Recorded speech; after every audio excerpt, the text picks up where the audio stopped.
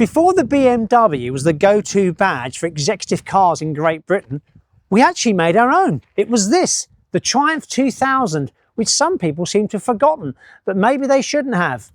But if you're in the market for something a bit more daring, there was the Rover P6. Two British saloons launched just months apart in 1963, both with a different idea of what executive meant. The Triumph 2000 Mark I made its debut at the 1963 Earls Court Motor Show. Sleek, elegant and unmistakably Italian in its style, thanks to designer Giovanni Michelotti. It replaced the old standard Vanguard and ushered Triumph into a new era, modern, aspirational, and arrived squarely at professionals who wanted refinement without flashiness. Triumph's formula worked. Between 1963 and 1969, the Mark I was a success, so much so that they followed it with the Mark II in 1969, featuring a sharper nose and a tail that gave it an almost BMW-like presence. And in many ways, it was Britain's 5 Series before the 5 Series even existed. When the P6 was launched, it was radical, forward-thinking, almost space-age. It had the DD on suspension, the safety cell, and wouldn't have looked out of place in a sci-fi movie.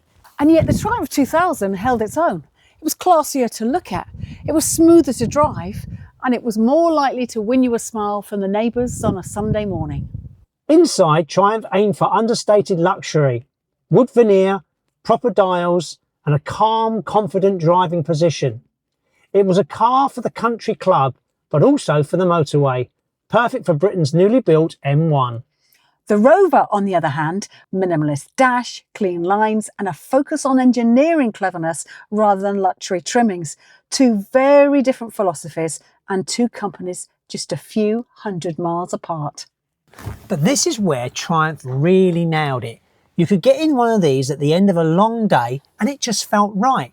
It was refined, it was smooth, you had that straight 6 engine and it just made you want to drive it. Yeah, and it didn't need to shout about it.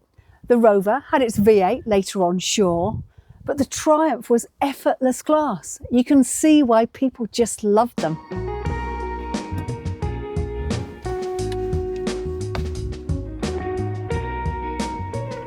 The Triumph we're using in today's video is currently up for sale. So if you're interested, let us know and we'll put you in touch with the seller.